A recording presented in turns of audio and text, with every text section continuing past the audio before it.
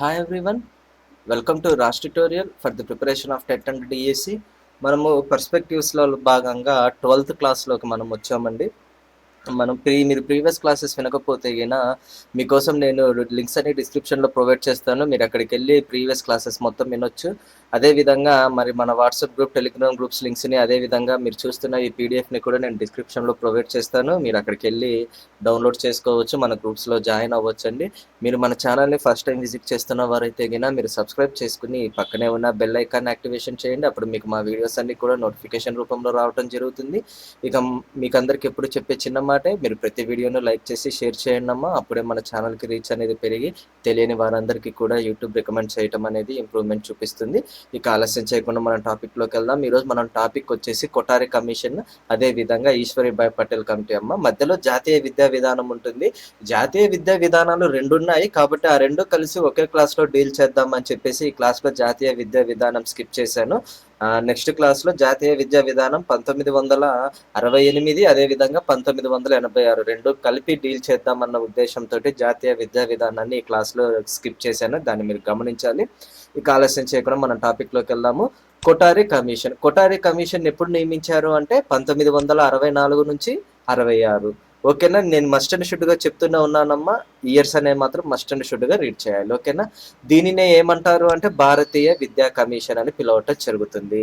భారతీయ విద్యా కమిషన్ని ఏ సంవత్సరంలో నియమించారు అంటే 1964. ఓకేనా, ఏ సంవత్సరము భారతీయ విద్యా కమిషన్ తన యొక్క పనిని పూర్తి చేసింది అంటే 1966. రెండిటికి చాలా తేడా ఉందమ్మా. వాళ్ళు రెండు అక్కడ ఇస్తారు కాబట్టి ఒకవేళ 1964 నుంచి 66 అని ఇస్తే ముందు దాన్నే ప్రిఫర్ చేయండి.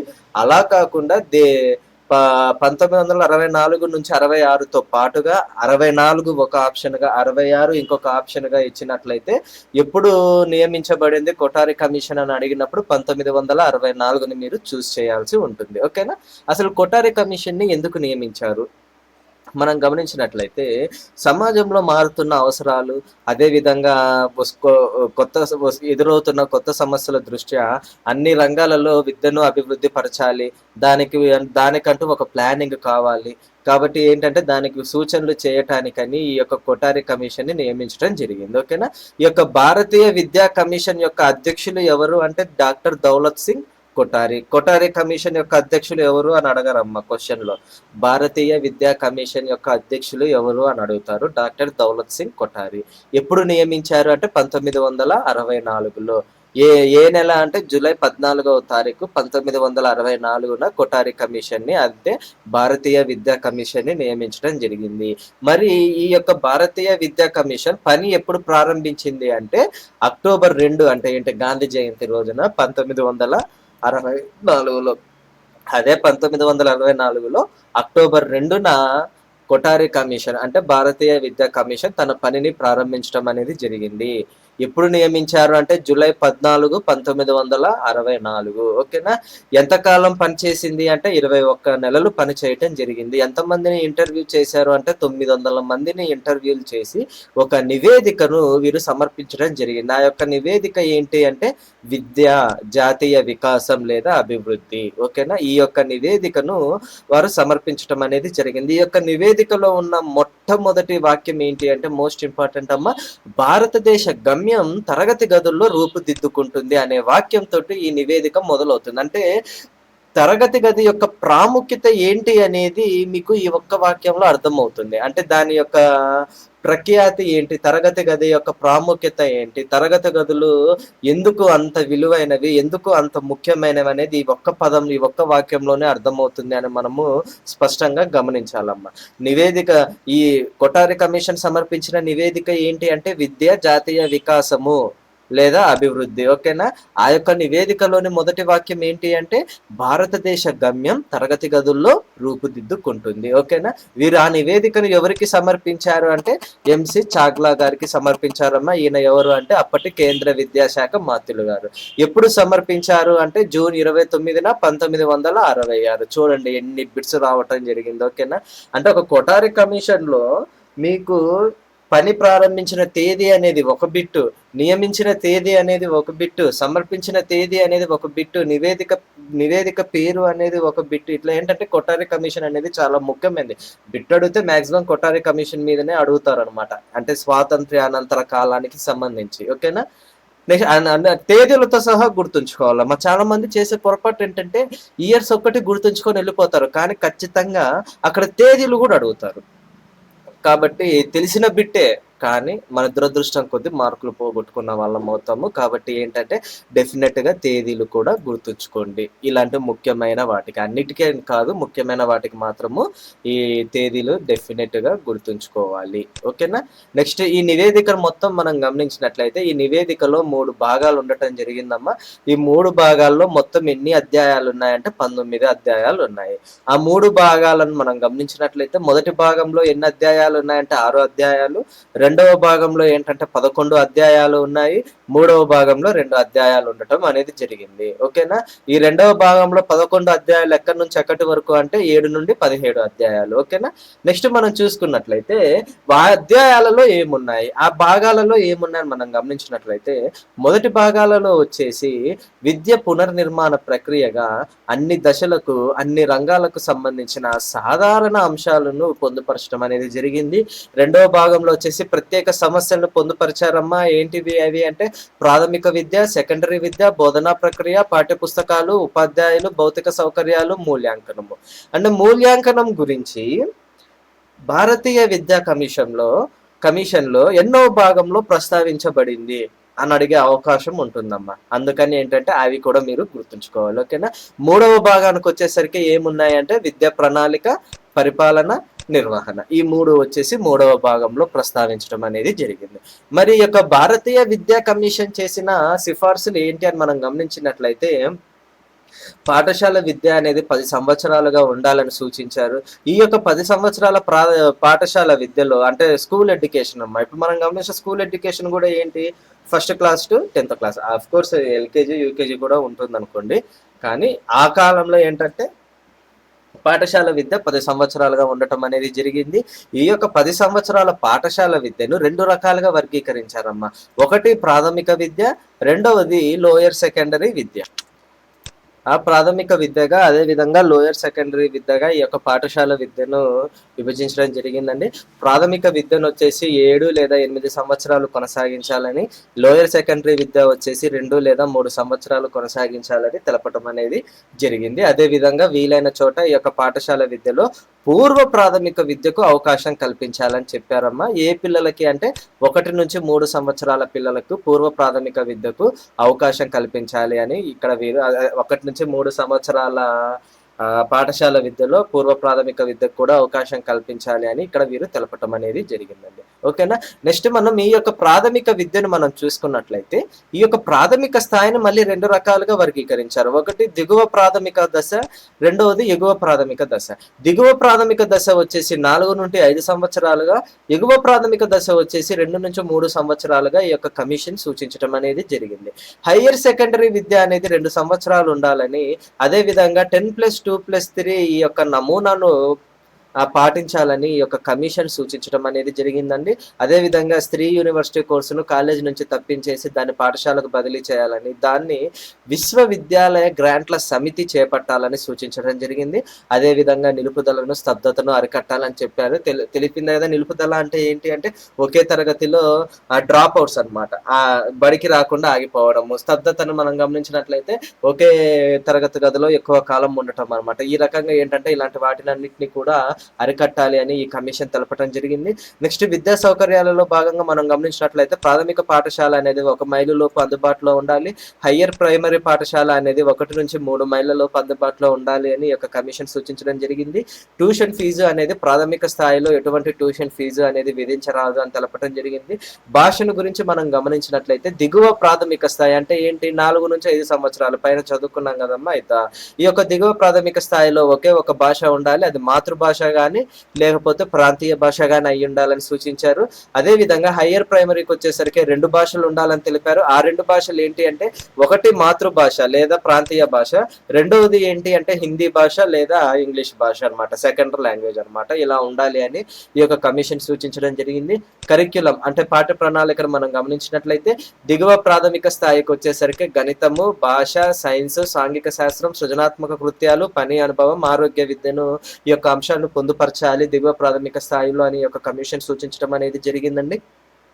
హయ్యర్ ప్రైమరీ దశలోకి వచ్చేసరికి 2 భాషలు మీకు తెలిసిందే కదా. ఒకటి ఏంటి అంటే ప్రాంతీయ భాష లేదా మాతృభాష. రెండవది ఏంటి అంటే ఇంగ్లీష్ భాష లేదా తెలుగు భాష, హిందీ భాష. ఓకేనా. ఈ భాషలు అదేవిధంగా గణితము, సైన్సు, సాంఘిక శాస్త్రం, కళలు, పని అనుభవం, వ్యాయామ విద్య, నీతి విద్య, విలువలు వీటన్నిటిని కూడా పాఠ్య ప్రణాళికలు భాగంగా పొందుపరచడం అనేది జరిగిందండి. మరి ఉపాధ్యాయ విద్య అంటే టీచర్ ఎడ్యుకేషన్ ఎలా ఉండాలి అని భారతీయ విద్యా కమిషన్ ఏమని తెలిపారంటే ఈ యొక్క టీచర్ ఎడ్యుకేషన్ లో 2 సంవత్సరాల శిక్షణ అనేది అవసరం. వృత్యంతర శిక్షణ. ఇప్పుడు మీలో చాలా వరకు టీటీసీ చేశారనమాట, టీచర్ ట్రైనింగ్ కోర్స్. అదే వృత్యంతర శిక్షణ అనమాట.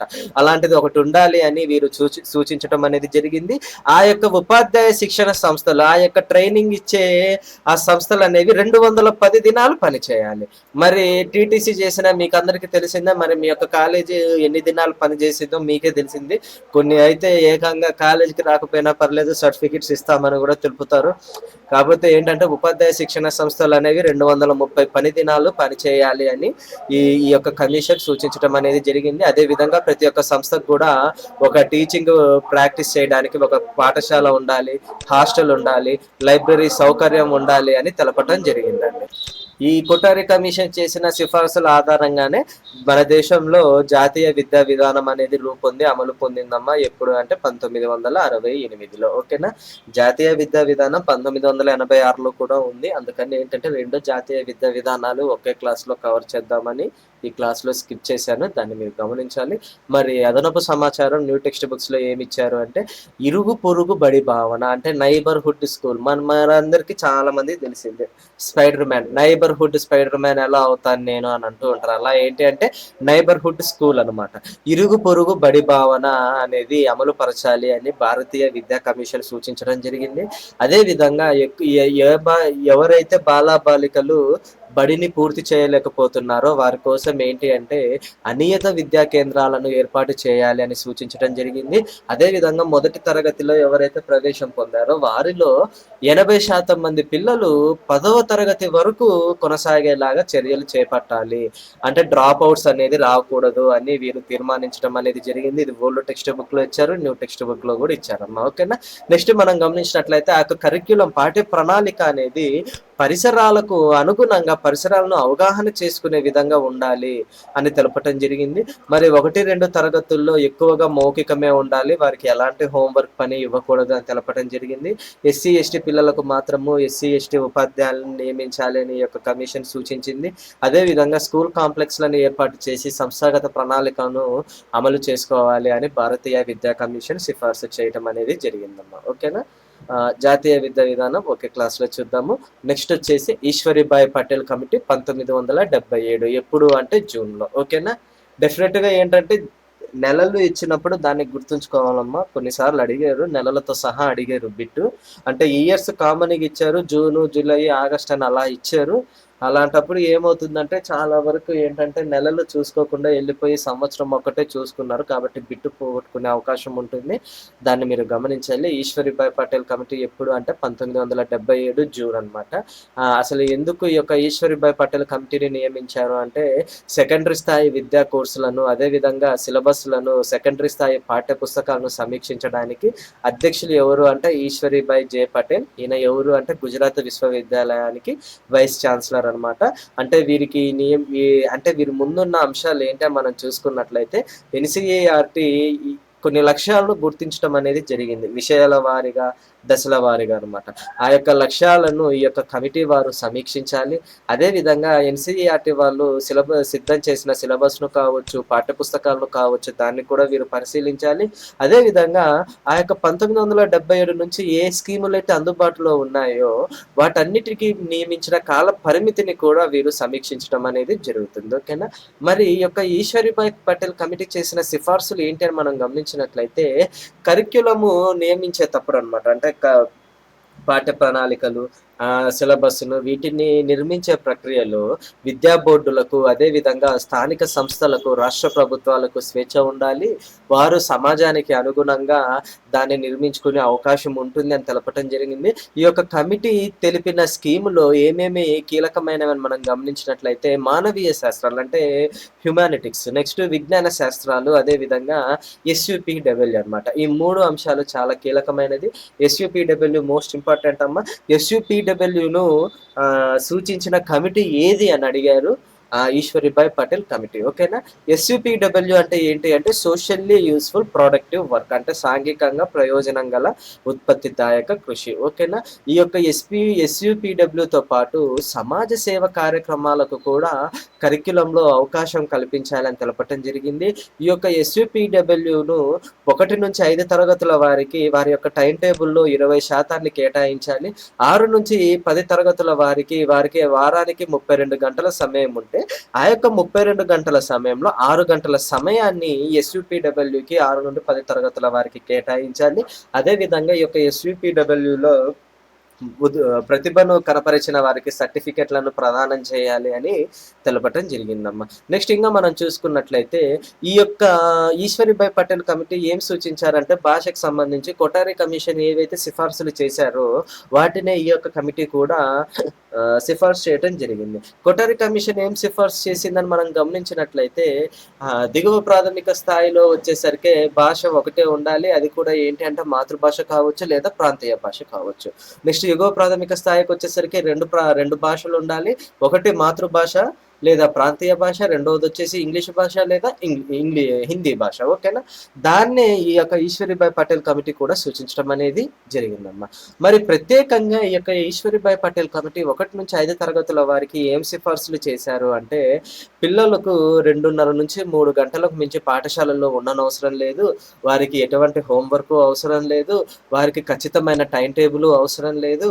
వారికి పాఠ్య పుస్తకాలు అవసరం లేదు. 1-2 తరగతుల వారికి మాత్రమే పాఠ్య పుస్తకాలు అవసరం లేదు. 3-4-5 తరగతుల వారికి మాత్రము భాష, గణితము, పరిసరాల విజ్ఞానము పాఠ్య పుస్తకాలు అవసరము. ఉపాధ్యాయులకు వచ్చేసి బోధనా గైడ్లు, బోధనోపకరణాలు అవసరము. ఇంటి పనిని మాత్రము 5వ తరగతి వరకు ఎవరికి ఇవ్వాల్సిన అవసరం లేదు. కానీ ఇప్పుడు గమనించండి అమ్మ, చిన్నపిల్లలకు కూడా ఇంటి పని ఇచ్చేస్తున్నారు. మరి అప్పుడు ఈశ్వరీభాయ్ పటేల్ కమిటీ ఏమని తెలిపారంటే ఇంటి పని 5వ తరగతి వరకు ఇవ్వనవసరం లేదు.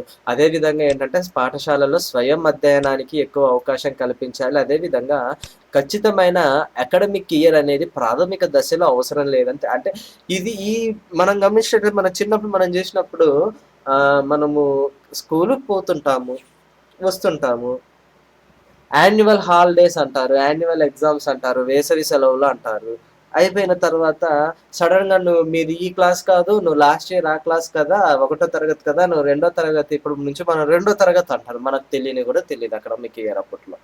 అంటే ఏంటి అంటే ఖచ్చితమైన అకాడమిక్ ఇయర్ అనేది పాటించాల్సిన అవసరం లేదు. అందుకే మనకు ఆ సమయంలో అలా జరిగింది. కానీ ఇప్పుడు మా ప్రాథమిక దశలోనే అమ్మ మళ్ళీ ఇంకా మనం గమనించినట్లయితే 7th 8th క్లాస్ ఇట్లా చూసినప్పుడు ఫెయిల్ అయితే డ్రాప్ చేసేస్తారు అక్కడే. కానీ కొన్ని స్కూళ్ళల్లో పాస్ చేసేస్తున్నారు అనుకోండి, అది సెకండరీ థింగ్.